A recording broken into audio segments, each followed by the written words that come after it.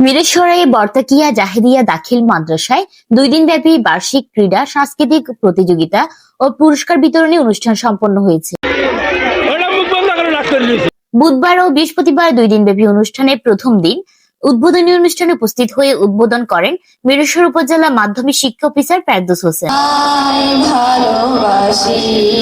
বৃহস্পতিবার সকাল থেকে সাংস্কৃতিক অনুষ্ঠান শেষে বিকালে বর্তাকিয়া জাহেদিয়া দাখিল মাদ্রাসার সুপার মাওলানা আলাউদ্দিনের সভাপতিত্বে সহ সুপার জহিরুল ইসলাম ও একরামুল হকের যৌথ সঞ্চালনায় পুরস্কার বিতরণ অনুষ্ঠানে উপস্থিত ছিলেন মাদ্রাসার প্রতিষ্ঠাতা সদস্য আব্দুল মান্নান সওদাগর,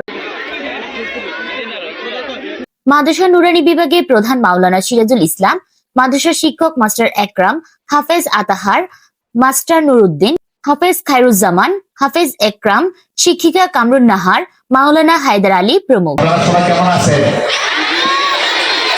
আলহামদুলিল্লাহ, আমরা আপনাদের উপস্থাপনা, কোরআন তেলাওয়াত, ইসলামী সঙ্গীত, বক্তব্য, কবিতা আবৃত্তি সব দেখে আমরা মুগ্ধ হয়েছি। যিনি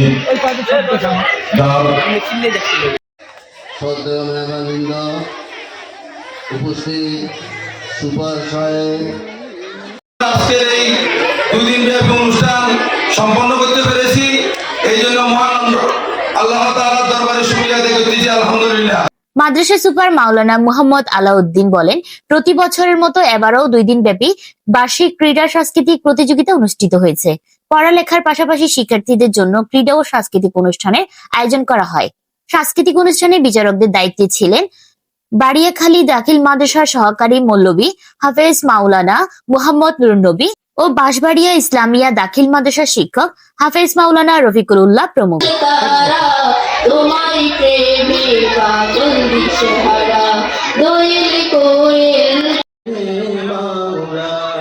ये चाहत है।